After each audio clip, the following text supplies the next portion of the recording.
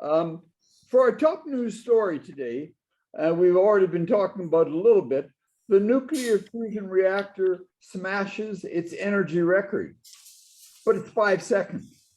Apparently, this is seen as a breakthrough.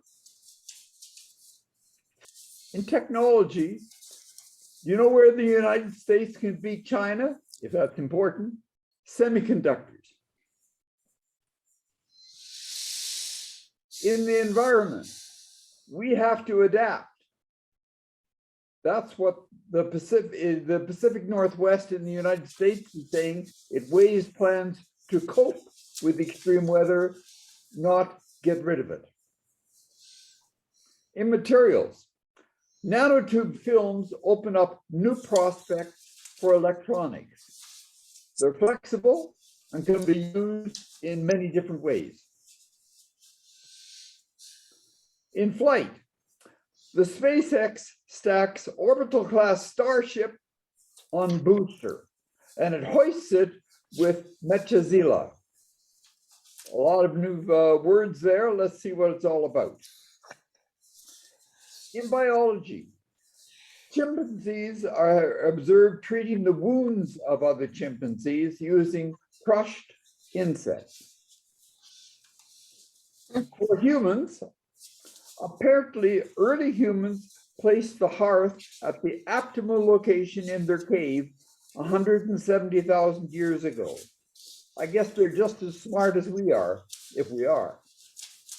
And for health, changing your diet could add up to a decade in life expectancy. So that's what we'll talk about today. And now, Richard, what's this in our top story? The nuclear fusion reactor smashes its energy record.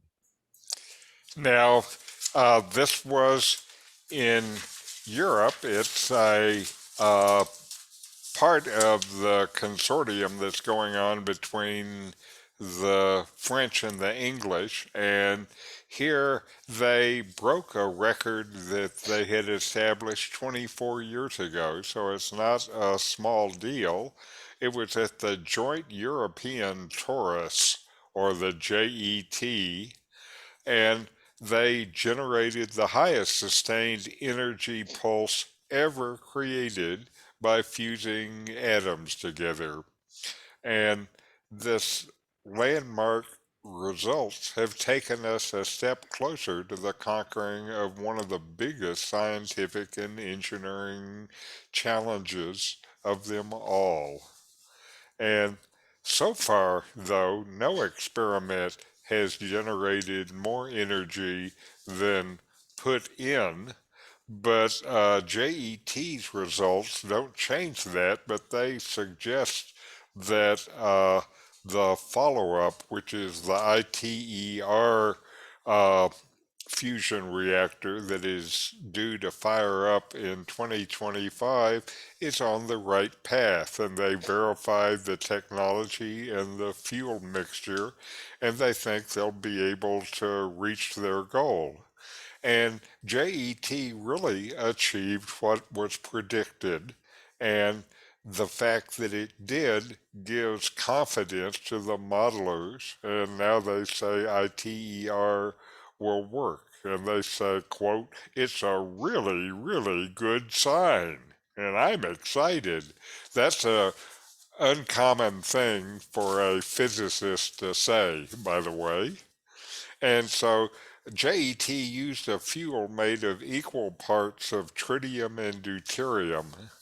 Tritium is a rare radioactive isotope of hydrogen, and I have to wonder how in the world are they going to get enough tritium to be able to power the world if it's rare, but I guess that's another question. The improvements that they have built into this took them 20 years of experimental work and hardware upgrades. One of the biggest ones was adding the latest generation of superconducting magnets to be able to confine the explosion.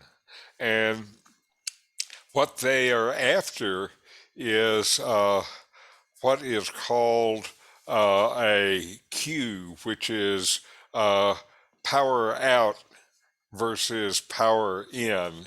And you need to have it be generating energy, you need to have the Q greater than 1.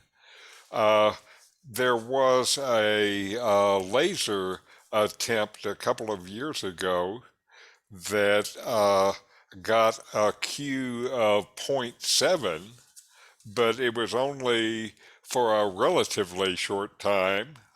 You could call that, if you think 4 billionths of a second is a short time. This, however, had a Q of zero point 0.33, and it was for 5 seconds. And it was a scaled down version of ITR with only 1/10 of the volume, and so it was never expected to hit break even. But they say it looks like now, based on this, that ITER will perform what they expect, which is to generate a Q of 10, that is, producing 10 times as much energy as put in. The There is one problem that I don't think is a small problem that they haven't solved yet, and that is, how are they going to deal with the heat created in the exhaust region of this reactor? And since it is running, I think, 10 times hotter than the sun, it seems to me that the heat issues are not a small uh, thing. And so there's still problems, but I think they're on the right way. And the JET was a project of Eurofusion, and this has been going on. This was the successful conclusion of 40 years worth of research and development at JET, and Eurofusion is giving them now their reward, which is they're going to end the project and fire everybody next year. So they uh, did their job, and now they need to find a new one. Any thoughts? Didn't I read that the new one's going to cost $22 billion? Yes, yes. Yes, Seems like a $22 lot of billion. money. It's only twice the cost of the Webb telescope. That's a lot. It That's seems right. like they could, couldn't they find a use for that heat byproduct? I don't know. Well, they can be used in war. Well, they can use it to heat up the city. Yeah, they do that too. But I'm afraid that these scientists that are let loose are going to be used for purposes we don't like to talk about. What's that? Making weapons and destroying the world, you mean? Like that. Ah, okay. Richard, what's this about semiconductors being what the United States can use to quote unquote beat China? Good. Well, we have been hearing in the last year about the worldwide semiconductor problems, and we've had, just at the time when automobiles are trying to make new cars that double their semiconductor content, then there's not enough semiconductor production capacity in the world, and shortage of chips has slowed down production of EVs all around the world. It seems like just about everybody except Tesla, and Tesla has figured out how to be able to deal with that. One of the things that Tesla has done to deal with it is they are more software uh, resilient and can make software changes in their chips that let them be used for other purposes. But anyway, uh, some people say the pandemic is to blame. Certainly, that reduced production. They also, the biggest blame, I think, is due to lack of investment in semiconductor production capability. And I don't know what a modern fab costs. When I was last in the business was more than 15 years ago, and at that time to build a new wafer fab was $1 billion, and the costs have continued to accelerate. The other point that's caused them trouble is you've heard about the just-in-time inventory management system. And what the just-in-time inventory management system does is basically reduce inventory all through your process. So if there is a hiccup in your supply, then you have to have a hiccup in your production. And that's just what has happened. There's one other element that is going on here, though, is the production capacity for automotive semiconductors can also be used for smartphone semiconductors. And it turns out the smartphone chips are more profitable. The automotive guys cut tougher deals with the semiconductor companies, and the smartphone chips they make more money on, so that's where they use the most capacity. And I know they would do that. I was a planner in the semiconductor industry, and that's just the kind of thing that I would do, rubbing my hands gleefully at the money we were going to make. And anyway, to try to deal with this, there is substantial investment going on. And right now, most of that investment is going on in the US. The Samsung and Intel are spending $37 billion on new wafer fabs in Texas and Ohio. TSMC, that's the Taiwanese company, is constructing a plant in Arizona for $10 billion. And Biden has finalized what they're calling a CHIPS bill that still needs approval that will invest another $50 billion to accelerate the U.S. chip capacity. And the right now, semiconductor production is concentrated in the hands of really two main companies, TMSC and Samsung, which together control about 80% of the market. And the uh,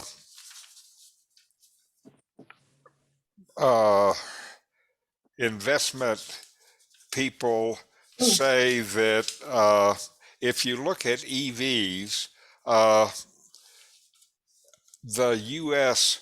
already has lost the race in terms of battery production and critical minerals and processing of them, all to China. China has been investing heavily in that area, and right now it looks like China has won the war on EV battery productions. But with this ramp up in capacity in the US in the semiconductor industry, it looks like the US semiconductor industry will become the dominant force in automotive semiconductors. And I think China while they are making great strides in things like AI, the semiconductor industry is fantastically complex, and it requires not just a semiconductor industry, but a kind of processing tool technology industry that supports it, that makes all the high-tech equipment that makes the semiconductors. And the biggest suppliers of these tools are still American. And this is an area where the U.S. still has a substantial lead, and it's likely that lead is going to continue. China is just too far behind, I think. And so, in this kind of leading value added technology of the semiconductors, it looks like the U.S.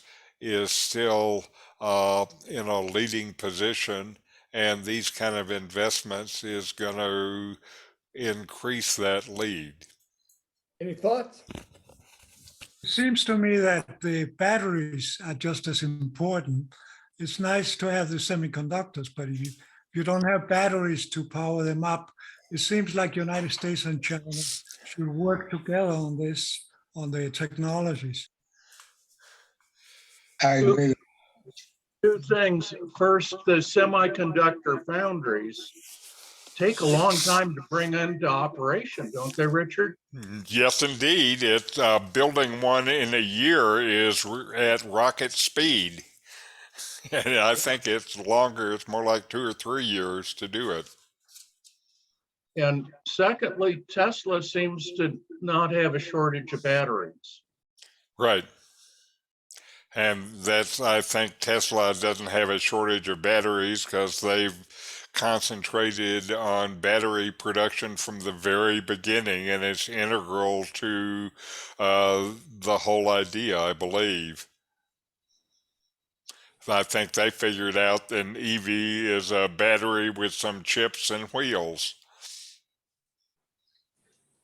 There was a mention this morning on the news that a lot of this chip interruption was caused by fires in the chip factories, and there were any number of them in 2021 that significantly reduced chip production. Yes. Certainly, it's all fragile. When I was at Teledyne Semiconductor, we had a time when our yields dropped to almost nothing, and we found out that they were serving microwave popcorn in the cafeteria, and the workers came back to their wafer fab with salt on their hands, and the salt on their hands ruined our production. So it's fragile. When Andrew mentioned fires, what would cause a variety of fires? I don't know. You know, they certainly are using a lot of energy and temperature, and one of the things that exists in semiconductors are essentially annealing ovens. So there's a lot of heat that is used in the process. And it could even be just housekeeping type fires, from the way they're warehousing their materials. So Right. the radio thing wasn't very clear, but it just said that that was an issue that really hadn't been discussed very much. And again, the biggest problem is that capacity is below worldwide demand. And like was talked about here by Norman, it takes even if you're committed to adding the capacity, which these companies are, it takes years to bring the new stuff online. Then the other thing that happens in the semiconductor industry is they're still developing technology so fast that almost by the time you have your new factory built, it's almost obsolete. So it's a problem. You mentioned the contamination of wafers. As far as I know, they have had clean rooms for a long, long time. And I think most semiconductor manufacturers have clean room with a lot of precautions. Sure. We had clean rooms too. You know, I think the salt got on, I think they were wearing their bunny suits to the cafeteria, and the salt got on their bunny suits. Richard, we've heard an awful lot about extreme weather in the US Pacific Northwest and in Canada as well. And what's this issue about whether you cope with it or whether you try to change it? It's in the Northwest, it really has been a pretty dramatic year for weather, and it was kind of capped off in December when there were tremendous rainstorms in the Seattle area, and the rainstorms were heavy enough that the flooding closed mountain passes and a 20-mile stretch of Interstate 5. And it was the first time all 5 accesses to Seattle had been closed in more than a decade, leaving the Seattle area cut off from cross-state travel. And if you look at what happened in the Northwest last year, it began with heavy snowfalls last February. Then we all heard about the heat and the dry, scorching temperatures over the summer that killed more than 100 people in Washington. And then they capped the year off with record-breaking rain in the Seattle area. And they now are figuring that there is more intense weather expected, and a bipartisan assortment of Washington state lawmakers have introduced a handful of bills in the legislative session that instead of focusing on mitigation, that is reducing the problem gases into the atmosphere, they are focused on climate adaptation. And here's a quote from a Washington senator, quote, "I just think we're definitely seeing much more extreme weather events, and this is going to become the norm." And this is really a part of a movement that is starting to occur around the world in the last 5 years, in which the climate movement has increasingly recognized the importance of adaptation. This is happening at high levels, even with the Biden administration, who has released now a climate adaptation and resilient plan. And they are saying that even if we immediately start drastically reducing emissions, which we're not doing, the effect of the climate crisis are already being felt. So we have to adapt.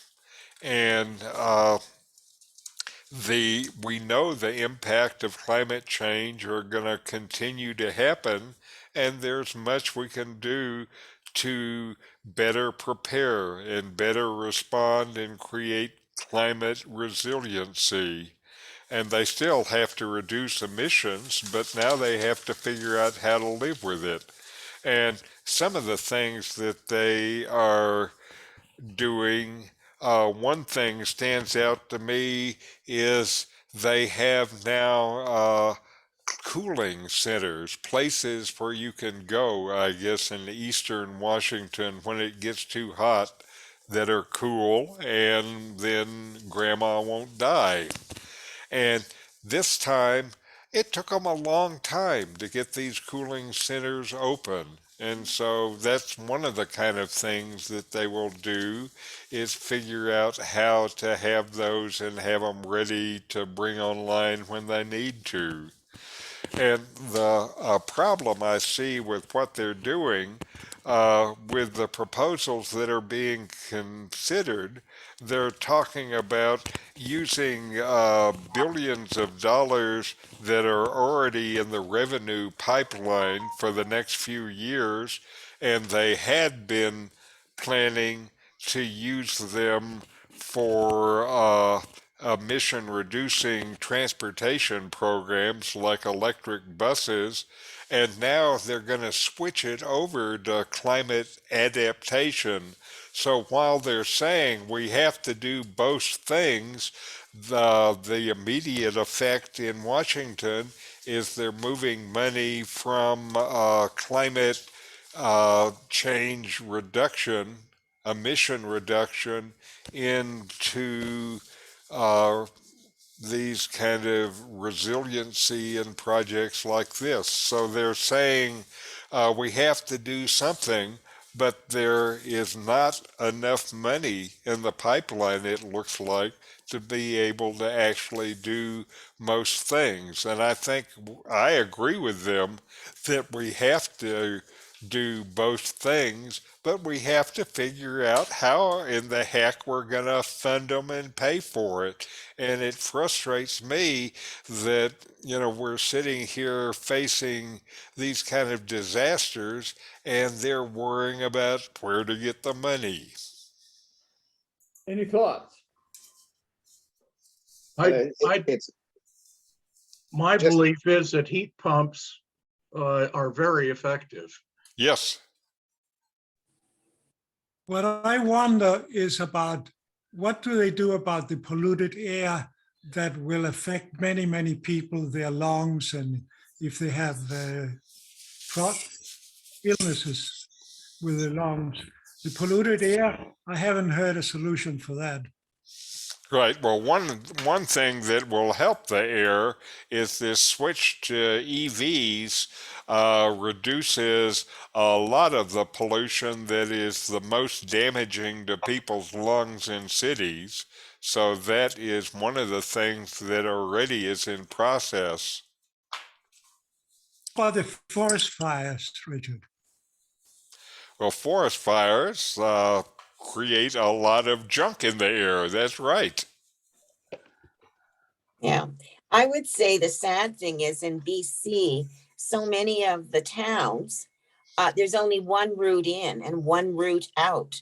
So you can have something in the town, but if you aren't able to leave, if there's massive flooding or fires, it's a huge issue because of the mountains. Yes. Most of BC only has that kind of infrastructure. So Richard, in materials, tell us about these new prospects in electronics called nanotube films. Well, it's just my weekly story on nano something or others, and we've been hearing about 2D materials, and we've been hearing about nanotubes and the amazing properties of nanotubes. They've been fairly well investigated, but this is kind of the next level in this materials process. So now what they're starting to investigate is materials made of nanotubes, and specifically what they're looking at is new structures where they can use them in real life applications. And here they have essentially random oriented films that are made of carbon nanotubes. And if you look at them closely, they look like very thin cobwebs. And these films of nanotubes display an amazing combination of physical and chemical properties, which make them really interesting. These properties include mechanical stability, flexibility, stretchability, adhesion to different materials, chemical inertness, and interesting electrical and optical properties. And unlike metallic films, these highly conductive films are light and flexible and can be used in a lot more kind of electrical devices, they believe. And now what they're learning to do is to synthesize these films of nanotubes and then figuring out what they can do to affect the electrical characteristics. And right now, this experiment was one where they're using films that are synthesized by the gas phase deposition method. And gas deposition is a kind of technology that I'm familiar with in the semiconductor industry, where they use gases to deposit the gases onto other materials. And so here they're using gases to create a film of nanotubes, and they can vary the length of the nanotubes. They also had some that they treated the film with oxygen plasma, which changed their electric properties, and they're finding by changing the lengths and by exposing film to this plasma, they're able to change the conductivity of the film. And they think this is interesting because it's going to let them, again, do different things with it. It still is a new area of technology and materials. And they're in the stage where they're starting to learn now more than about nanotubes. They're learning about materials that are made of nanotubes. And this will be one of the things that opens up new areas in technology. It's still new enough that I can't tell you what those areas in technology are, but I know they're going to be there. Again, if you compare these films to the metallic films that presently exist, they're much stronger, more flexible, more capable, and you can tweak their electrical characteristics. So I'm sure the material scientists are all excited about what they're going to find, and I'm sure that there will be more stories at the edge of all of our understanding in the coming weeks. Any thoughts?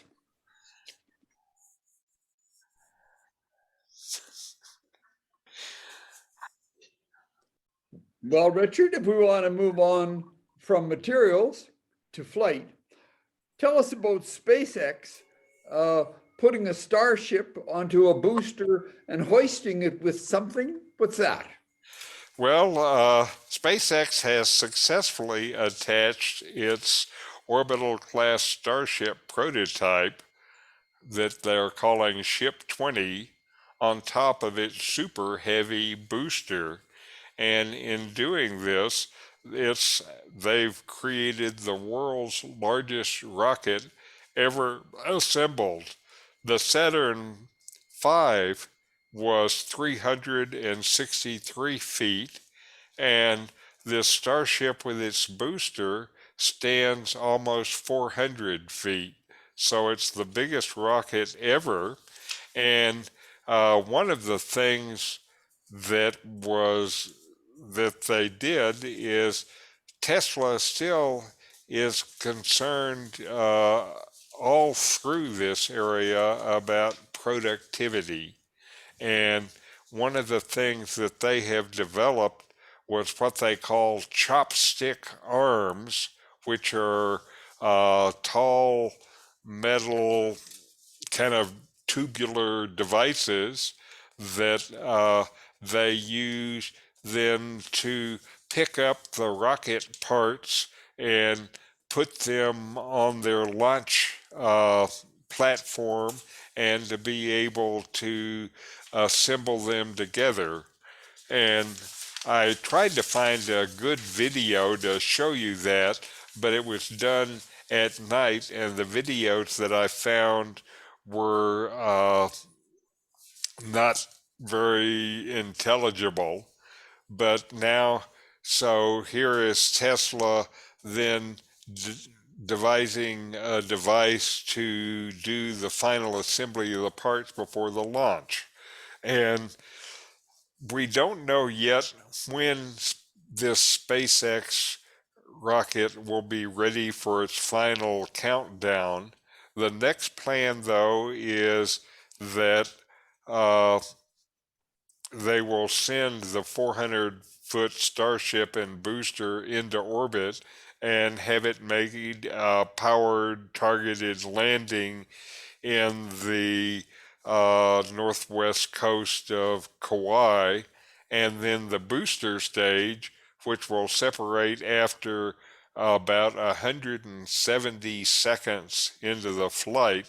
The booster stage will then do a return and land someplace in the Gulf of Mexico to be recovered and be reused. And these things together show to me the extent that Tesla is designing a real productivity and efficiency into this rocket business. And this is one of the reasons why at this point he is doing better than NASA and the world's other rocket makers are able to do. So good job, Tesla. Any thoughts? Yeah, it's unfortunate that the FAA, which said that they would give it approval in December, now says the end of March. They're just delaying, and NASA, obviously, their launch activities will go away Yes. with the Starship. Yes. So they're not very encouraging. As a matter of fact, they may be promoting the FAA's delay in allowing SpaceX to launch. Mm-hmm. Certainly, I've heard about issues that say the NASA guys don't like it, that Tesla is beating them at their own game. It's interesting that we finally have a company that is moving beyond the Saturn, because the Saturn was designed by Werner von Braun going all the way back to First World War. So now there's a new technology. That's right. You're right. And it's been a while that Warner was the main guy, and now we have outgrown him. Yeah, the one thing on this article that you referenced and linked to, Richard, there's a thing at the bottom saying read more. And if you click on that read more, it goes to another article that does show a good video of this tower lifting the upper stage onto the top of the thing. Uh-huh. Yeah, I looked at the video. Somehow I just didn't think it'd be good enough to show you guys today, but... And the other thing is that NASA does have a rocket they're building that's bigger than the Saturn. It's called the NSX-1 or something, but it still doesn't have the same lifting capacity of this one that SpaceX is promoting. Uh-huh. But I there guess... is talk that NASA has kind of surrendered the low orbit space business to commercial firms and is focusing on the more distant stuff. So Right. who knows? Right. And NASA, my understanding, if you look at NASA, NASA is getting ready to, move a lot of funding into these essentially robotic deep space missions.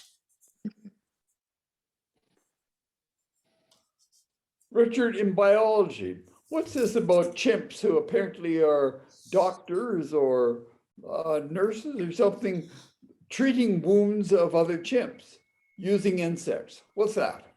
Ooh, Now, uh, there is a real argument going on in biology about essentially altruism in species other than human beings, and some of the biologists are saying that just doesn't happen and they just dismiss it altogether. But now they have found through close observations that chimps have a creative method of treating wounds. And these are things that humans would disinfect it and cover it with a bandage. And what the chimpanzees do is catch some kind of insect and then apply the insect directly into the open wound. And the what they have found is the chimps not only use the insects to treat their own wounds, but also they use it to treat the wounds of their peers. And this is an important contribution to this ongoing scientific debate about the ability of chimps and animals in general to selflessly help others. This project began in 2019 when an adult female chimp was observed inspecting a wound on the foot of her adolescent son, and then she suddenly caught an insect out of the air, put it into her mouth, and then apparently squeezed it and applied it into her son's wound. And she extracted it from the wound and then applied it 2 more times. And so when they observed this, then they started looking closely at these kind of behaviors. And in the next few months, they saw chimpanzees administer the same treatment to themselves at least 19 times. And on 2 other occasions, they observed chimps being treated in the same way by one or several fellow chimps. And what they noticed here is the damaged chimps were happy to be tended to. And it takes a lot of trust to allow somebody else to put an insect into your open wound. But the chimps seem to understand that if you do this to me with this insect, my wound gets better. And the researchers have not been able to identify what bug was used. Insects can contain anti-inflammatory substances and other things that can be healing, and they have to do more work to find out what the insect was and to start analyzing the insect. There are other animals that have been observed self-medicating. For example, when your dog goes out and eats grass. But what is unique about this is the chimpanzees will not only treat themselves, but also help others. And this selflessly caring for others, I think, puts an end to do animals besides human beings do altruistic actions, this caring for the other chimp. The chimps have nothing to gain, and it's simply something they're doing to help their friend or relative. Any thoughts? great. I saw there was a book written on that. by a fellow, same name as mine, Deval, in New York. It's a long time. I never read it, but specifically addressing cooperation among chimps.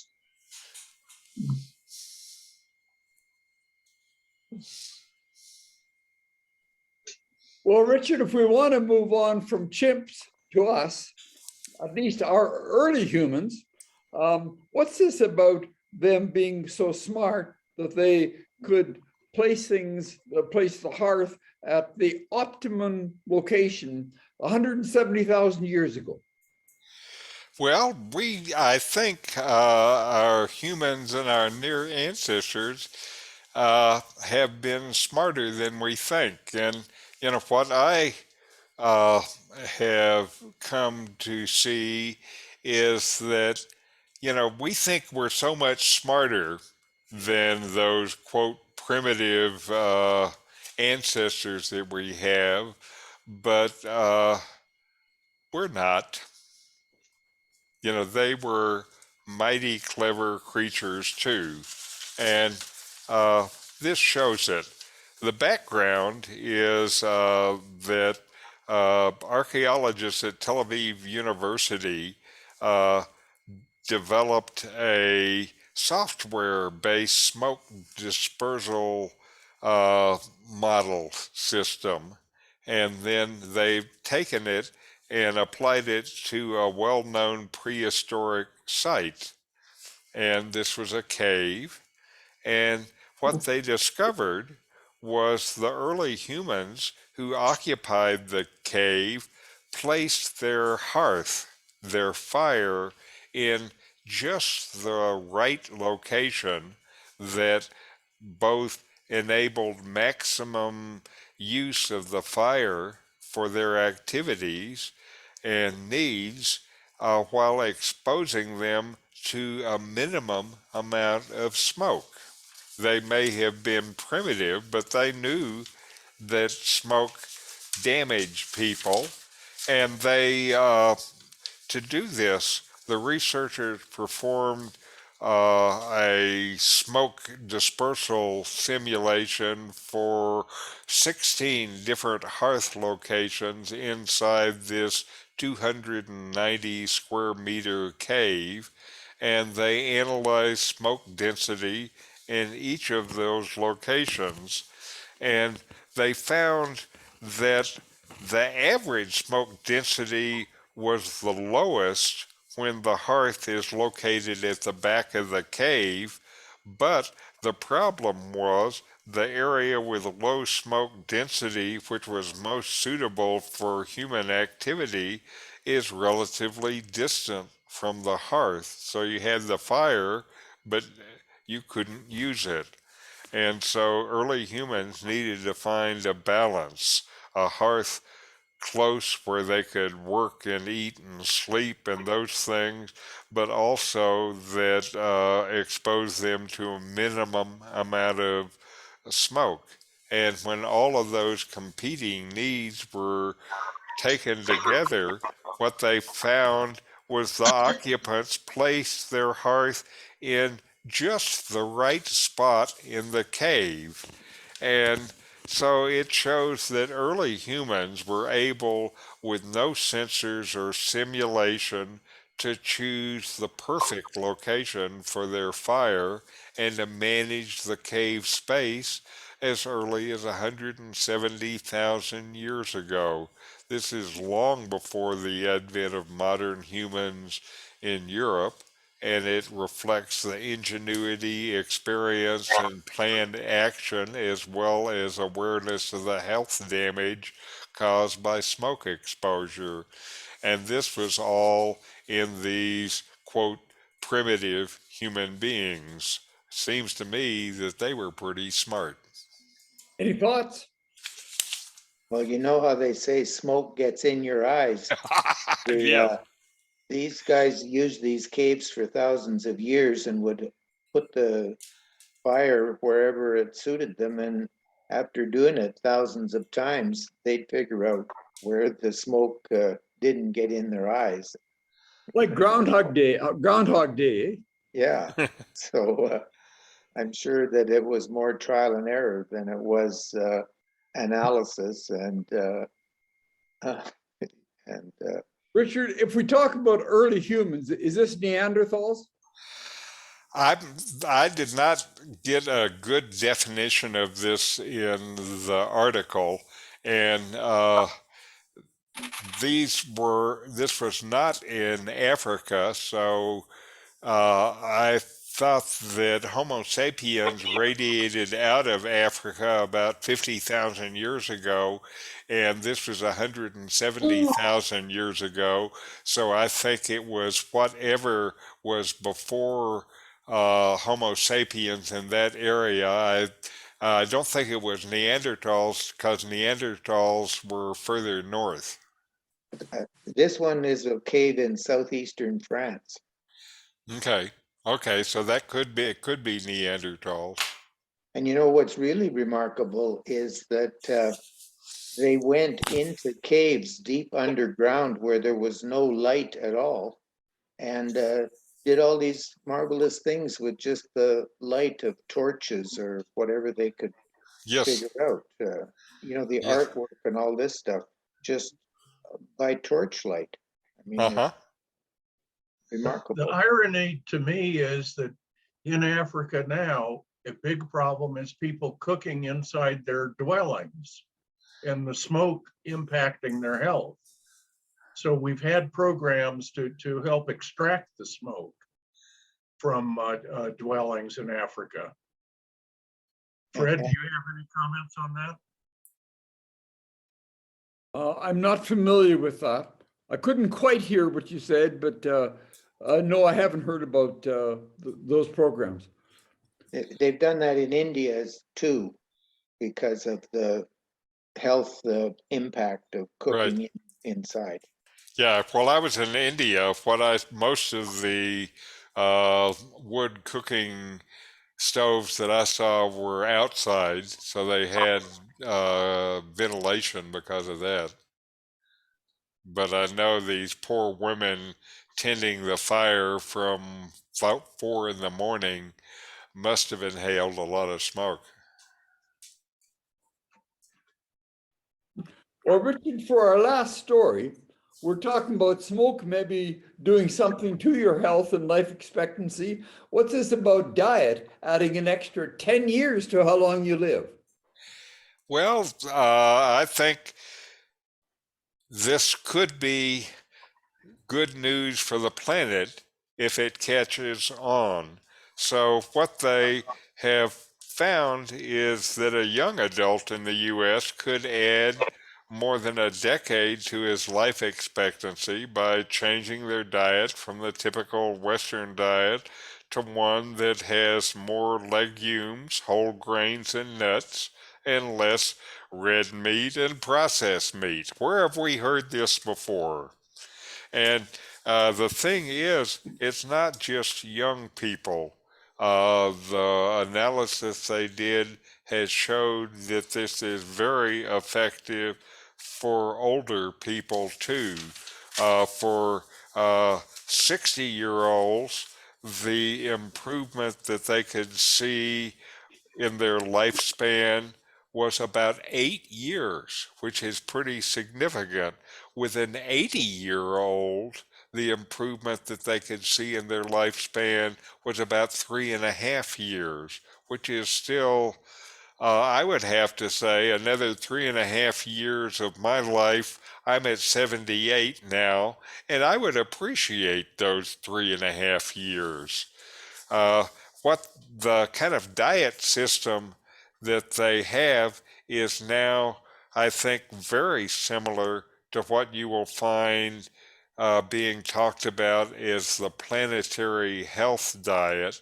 And that's something Carol and I have moved to. And the planetary health diet might have red meat once a week or once every 2 weeks, and then a couple of nights you have fish, and then a couple of nights you have chicken, and then a couple of nights you have legumes or one kind or another as a protein source. And what we find is that we're eating well. We're finding the foods that we're eating are tasty and make us feel good. And now with information like this, we can feel like it is helping us with our lifespan. So I would personally recommend look up planetary health diet, and that's an easy way to be able to change your diet. It's not entirely meat free, it still uses meat. What we try to do is to limit the meals that we have with meat to basically about 3 a week and have other protein sources on the other night. And again, we're eating well and we're happy, and it's not the strain that it was earlier in my life when I tried to be vegetarian. Any thoughts? Young people could also lengthen their lives if they didn't smoke and if they used their seatbelt That's right. and gave up motorcycles. Oh no, not. Richard, I'm also titillated by some of the scientists who are saying even more important than what you eat is how often you eat. Uh-huh. And who would say it's not really when you eat, it's when you don't eat. But if you can restrict when you eat to as few hours as possible, that's maybe even more important than what you put in your tummy. What do you think about that? Certainly the diet plan of time-restricted eating is shown to be fairly positive. I think I don't know if it's more important because this still determines the food that goes into your body and builds your body. And for example, cutting out meat and replacing it with legumes is one of the things that is known to have real benefits for your heart health. And so I think that that is important as well. There also is research that is coming out now that I think we'll talk about next week about the benefits of reduce calories. They have known for a long time that a drastic reduction of calories, that is operating with about 30% less calories than they think we're supposed to have, is one of the things that has health benefits and lifespan benefits. And I think we're going to see research that now does more analysis on that style of eating too. A lot of those reduced calorie diets, it only seems that you live longer. That's right. But there was a program on the nature of things about a year and a half ago about a doctor in Toronto who was successful in removing adult onset diabetes by getting people to fast. Yes. And one of the things they recommended or they talked about was a so-called 16-hour fasting. And what Right. you do is you don't eat for 16 hours a day and basically give your pancreas 16 hours off to recuperate. Right. And That's the time restricted eating that Fred was yeah. talking about. Yeah. Yeah, So, another name for that is intermittent fasting. Right. And I've been on that for 2 or 3 years now. I normally try to, or I don't eat for 18 hours from early dinner to about noon the next day. And on weekends, I switch to more 16 hours because I like it to have a nice breakfast, Sunday morning breakfast. But it's worked for me. Lost about 10 pounds and feel better. I think it's not just about eating, but also about exercise, because exercise has been said to be very, very important to us. So if we eat a lot, we gotta burn those calories. I think that's important part of it. I read that the best reason for exercise is it's hard to eat when you exercise. But I certainly don't there, know. there are lots of articles that I've had in the Weekly Science about benefits of exercising, especially for old people. And I bet Fred would be happy with the research that says if you run just a little, 10 minutes a day, then they see substantial health benefits. It's Also, not you can build muscles with 3 seconds of weightlifting a day can build your muscles. 3 seconds is something I can do. I do it with my big water bottles and use them as an exercise tool. Here's a wine bottle. That's That's what better. Chad's doing. This Yeah. is just flavored water. Yeah, right. I run or I walk at least 20 minutes a day on a treadmill, and I do another 20 minutes of calisthenics every day. And I'm Very pretty good. faithful on that. As a result, I'm almost 90 now. Almost 80. Do you hear that? Diane says she's almost 80. Face. I think I'm winning this one. My birthday's tomorrow. Yeah. But certainly, all of these things together show that there are still substantial things we can do in terms of self-care to, help our health and to slow down aging. And I bet this group, every one of us, is interested in both of those things. Yeah. I think it's important to listen to your body. One of the things on that bat program on NOVA, they've found a bat that weighs less than an ounce, and it lives to be 30 years old. And normally, the smaller the animal, the shorter its lifespan. But these bats live 30 years, and what they've found is that the telomeres on the DNA in these bats do not shorten with Wow. cell replication. Yes. Where normally when your cells replicate, the telomeres are shortened. Right. And when you run out of telomeres, you run out of cells. But so they're trying to figure out what it is about these bats that prevents this telomere shortening as something As- that they Certainly, telomere shortening is one of the things that there is a lot of research into, and I think Fred can talk about this a little bit, but I believe some scientists are using analysis of this telomere shortening as evidence of aging. And Yeah, the idea, if you reduce it, then you reduce aging.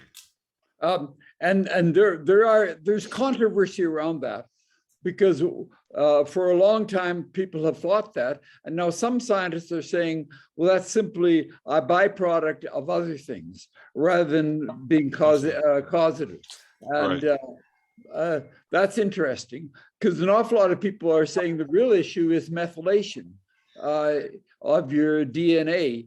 And then they talk about different things that can do that. But I'm not a scientist. I don't know what's happening. Now, but what they are finding is what they've said for a long time: correlation is not causation. Yeah. Well, this bat program on NOVA is really Okay. pretty good, because one of the other things, they've got a bat that flies more than 100 miles an hour in horizontal flight. And it Wow. turns out that this bat is the fastest animal on the planet. And when we talk about falcons and these birds of prey that fly so fast, it's because they're using gravity and they're diving. But this bat flies more than 100 miles an hour in horizontal flight. Wow. And it's blind, eh? Well, it's using echolocation to. The other remarkable thing about bats is they leave their caves, 6 million of them every night. And then they go back into their caves, and every female bat finds her own babies in the dark. And it's remarkable that you could have 3 million bats all find their own babies in a Yeah. dark cave. Amazing. Yeah. So, Richard, sorry, I interrupted somebody. No, that's okay. So what was this special on Nova called? If I want to look it up. It was something like Mystery Bats or Terrific. It had bats in the title, and it's a relatively recent Nova thing. And I got it off their website, not off. It wasn't a scheduled program. It was on their website, but I think it's available to anyone who can access their website. Thank you. Very good. It's a pbs.org. Okay. The website. Okay. Thank you. So thanks, Andrew. Thank you, Richard. Thanks to everybody for participating. And we'll see you again next week. Bye for now. Okay, bye. Adios. Happy science, everybody. Thanks.